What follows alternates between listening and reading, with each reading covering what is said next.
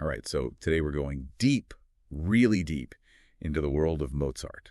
Mozart.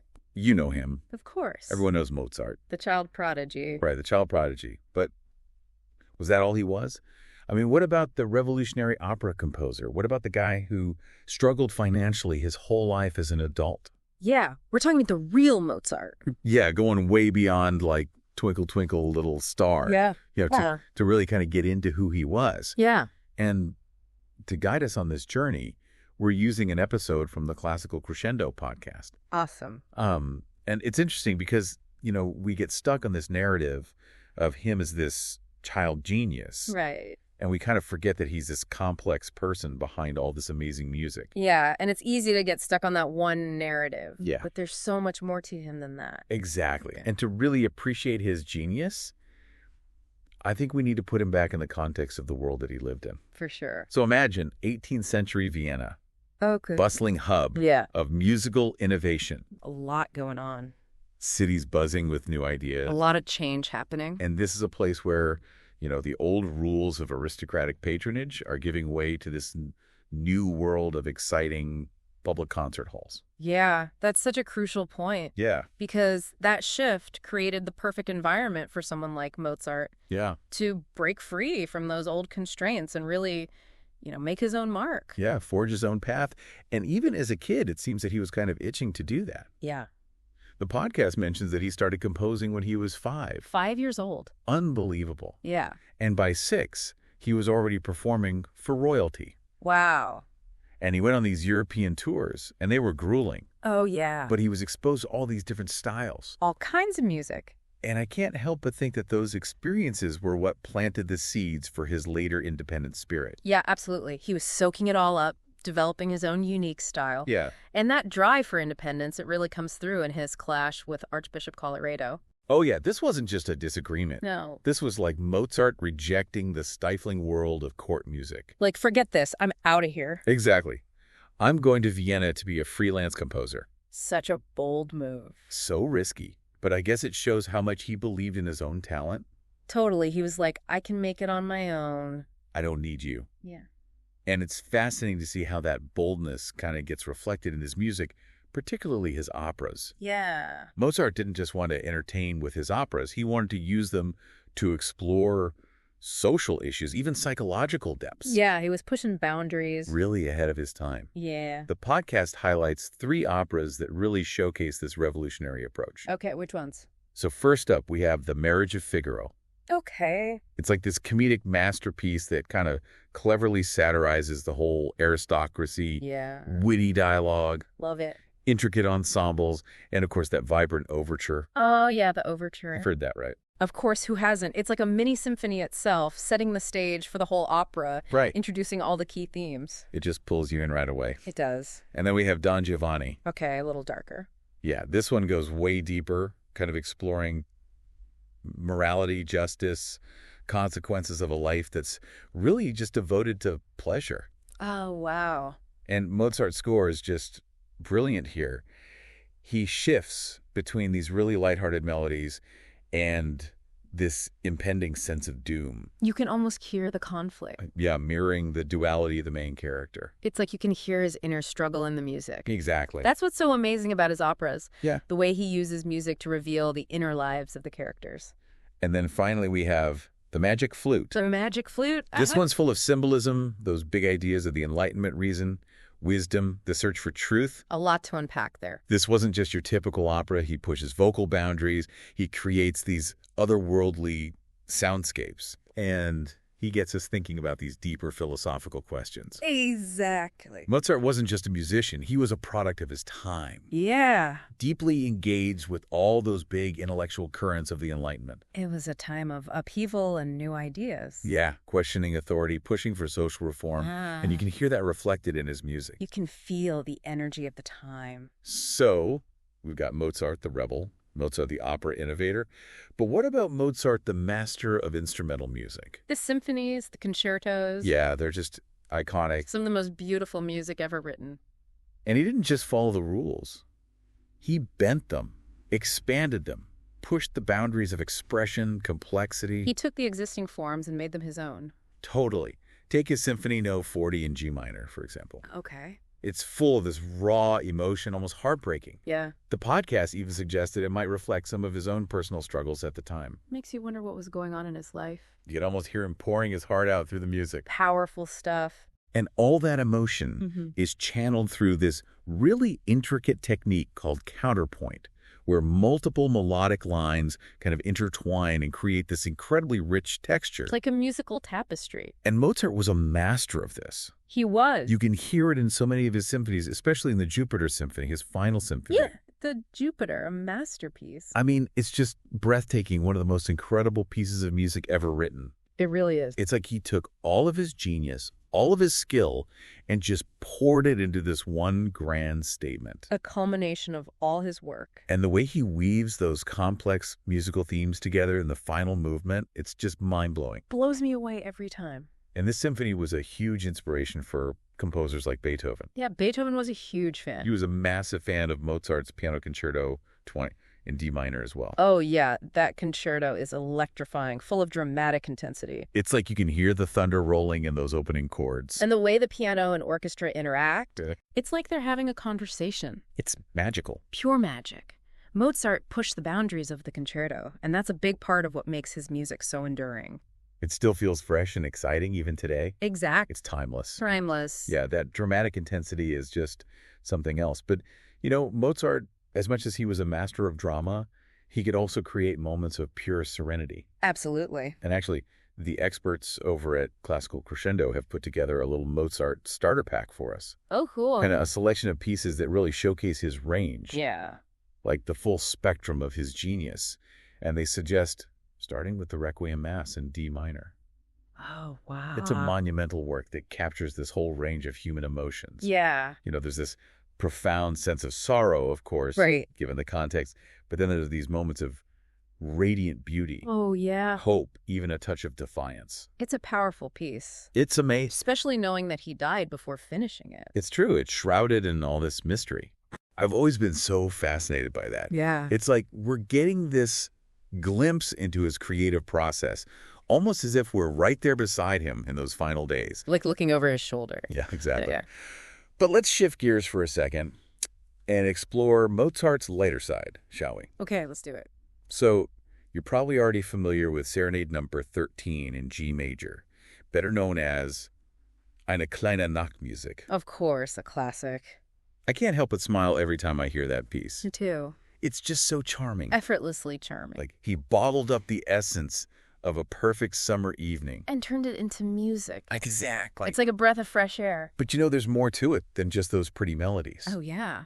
If you listen closely, you'll notice all these subtle shifts in the dynamics. Okay. From like soft whispers to grand pronouncements. Interesting. The interplay between the strings. Yeah. It's just so elegant and playful. It is. It's those little details, those touches of genius Right. that take it from charming to truly captivating. Absolutely. It's a great example of how Mozart could create music that was both accessible and sophisticated at the same time. Yeah, like anyone can enjoy it, Yeah. but there's also that depth there for those who want to really dig in.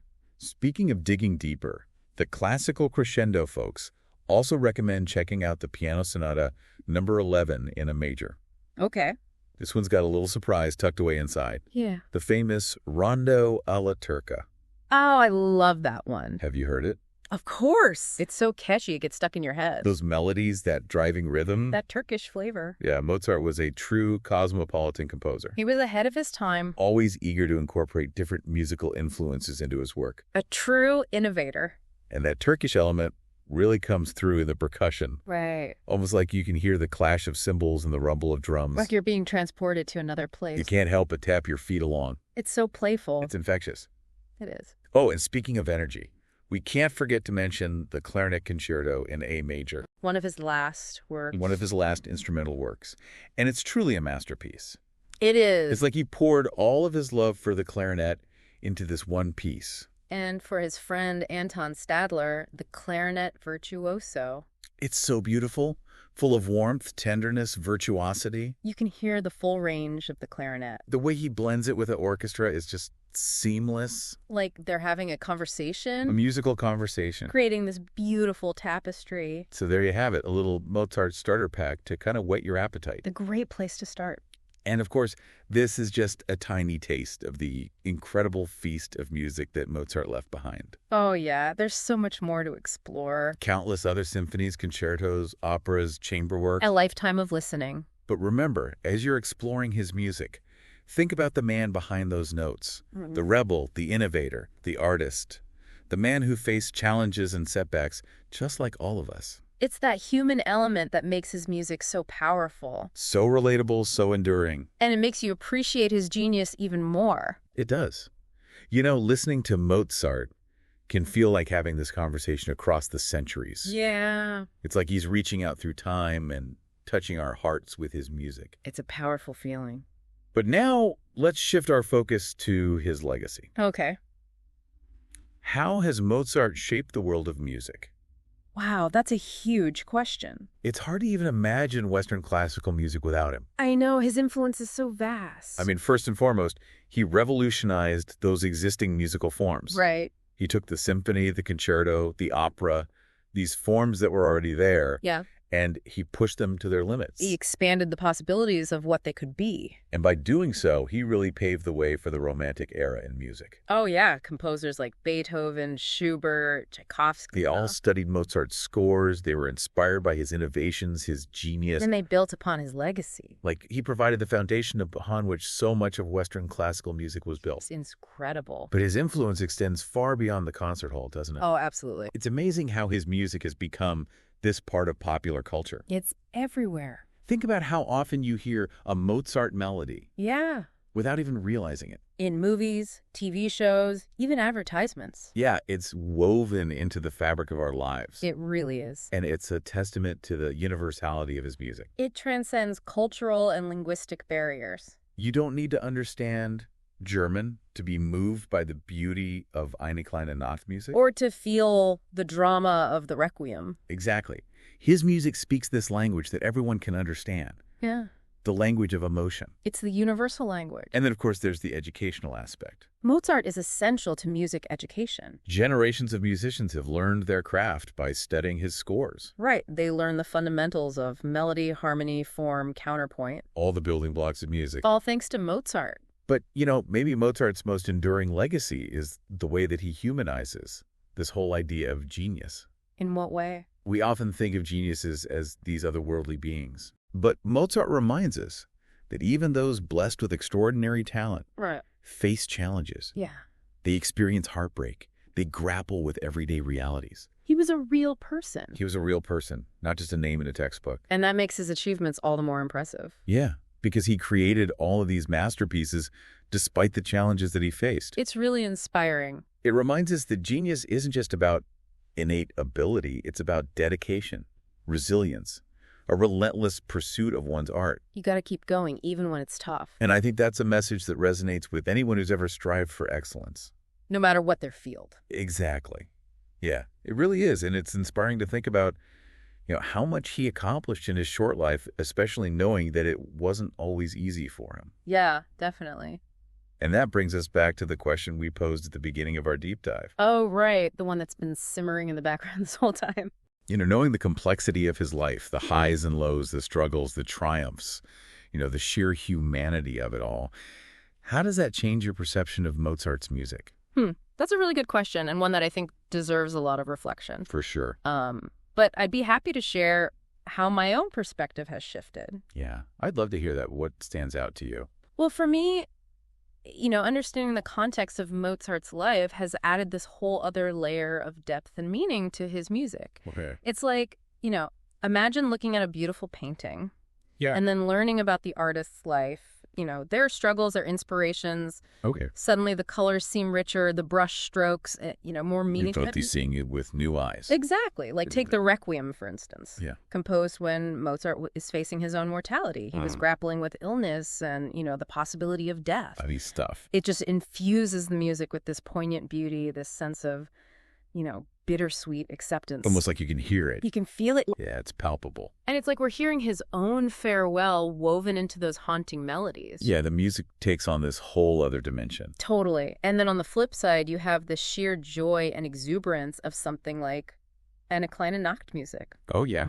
During a time of, relative stability and happiness in Mozart's life. Right. You can feel that lightness, that spark of pure joy just radiating through the music. It's a great reminder that even amidst the challenges, there's always room for beauty and celebration. Absolutely. And it makes me appreciate Mozart's versatility even more. For sure. He could evoke the depths of despair in one piece and then transport us to a world of pure delight in the next. Yeah, and even his operas, which are often comedic on the surface, take on a new meaning when you consider the social and political realities of his time. Okay, how so? Well, those lighthearted melodies, those witty exchanges, they reveal these subtle critiques of class inequality, explorations of moral ambiguity, a yearning for enlightenment. Yeah, it was sweeping through Europe at the time. It was a time of big change. So it's like Mozart was using music to hold up this mirror to society. Yeah. Challenging us to look beyond the surface. To engage with those complexities of the human experience. Exactly. He was a master of weaving those deeper layers of meaning into his music. Yeah. Inviting us to listen not just with our ears, but with our hearts and minds as well.